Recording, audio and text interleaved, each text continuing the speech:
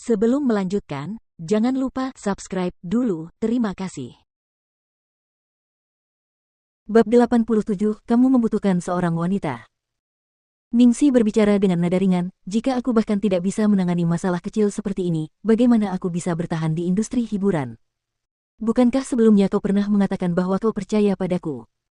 Yah, penampilanmu saat ini tidak terlihat meyakinkan. Ekspresi Lu Tingqiao serius. Ningsi bingung dengan kata-katanya sampai dia teringat riasan di wajahnya. Dia menjelaskan, aku membuat kulitku sepucat ini dan menggambar kantung mata hitam di diriku sendiri. Aku benar-benar tidak berpura-pura kuat. Aku bisa menghapus riasanku jika kamu tidak percaya padaku. Sebelum dia selesai berbicara, Lu Tingqiao tiba-tiba mengulurkan tangan dan ujung jarinya dengan lembut menyentuh pipi dan matanya. Meski hanya sentuhan ringan, Ningsi tampak seperti tersengat listrik. Dia tidak bisa menahan diri untuk tidak sedikit gemetar. Reaksi Ningsi membuat wajah Lu Tingqiao sedikit muram. Dia segera menarik tangannya dan berkata, kamu tidak boleh memaksakan diri. Ningsi tersenyum dan menjawab, tidak akan. Jika aku tidak bisa menghadapi ini, aku pasti akan terbang kembali ke sini dan memeluk kakimu. Setelah ditenangkan, Lu Tingqiao menjadi sedikit rileks. Baiklah. Setelah itu, Ningsi menggaruk kepalanya sambil menatapnya, tampak seperti dia ingin berbicara tetapi ditahan. Apakah kau ingin mengatakan sesuatu? Lu Tingqiao bertanya dengan nada lembut, seolah-olah orang tadi malam adalah orang yang sama sekali berbeda. Ningsi menatapnya dengan ekspresi rumit untuk waktu yang lama. Akhirnya, dia tidak bisa menahan diri untuk tidak berbicara. Lu Tingqiao, apakah kamu pernah berpikir untuk mencari seorang wanita untuk menemanimu? Apa yang ingin kau katakan? Ekspresi Lu Tingqiao langsung berubah dingin. Jangan salahkan aku karena mencampuri urusanmu. Aku hanya berpikir, Ningsi mempertimbangkan kata-katanya dengan saksama lalu menepuk bahunya dengan tulus, kurasa kau mungkin membutuhkan seorang wanita. Dalam beberapa hal, menahan diri tidak baik untuk kesehatanmu. Bukankah ada pepatah yang mengatakan, seseorang bermimpi di malam hari apa yang dipikirkannya di siang hari?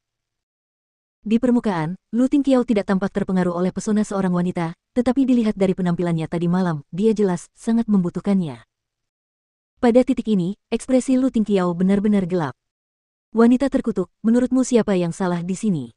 Menurutmu siapa yang memaksaku menahan diri dengan sangat menyedihkan ketika hadiahnya sudah begitu menggoda? Melihat raut wajah Lu Tingqiao yang semakin memburuk, Ningsi terbatuk canggung dan segera pergi, karena waktu hampir habis, aku akan mengucapkan selamat tinggal pada Little Treasure dan pergi ke lokasi syuting. Sampai jumpa gelombang. Di kota film di pinggiran ibu kota. Tepat saat Ningsi muncul, kerumunan penggemar Jiang Muye yang menunggu di pintu masuk segera menyerbu ke arahnya dengan marah. Ningsi sudah datang. Pelacur sialan itu sudah datang. Dia benar-benar berani muncul. Dasar wanita jahat. Kau tidak boleh mendekati Muye kami. Cepatlah dan enyahlah dari pertunjukan ini. Ningsi, enyahlah dari produksi ini. Ningsi, enyahlah dari industri hiburan. Enyahlah dari sini. Adegan itu penuh dengan kekacauan. Hanya beberapa petugas keamanan yang melindungi Ningsi saat dia masuk. Kru produksi lainnya berdiri di sekitar dan menonton pertunjukan. Dari waktu ke waktu, mereka akan menunjuk ke arahnya dan tertawa sambil mencibir. Tatapan mata itu bagaikan belati yang menusuknya satu persatu.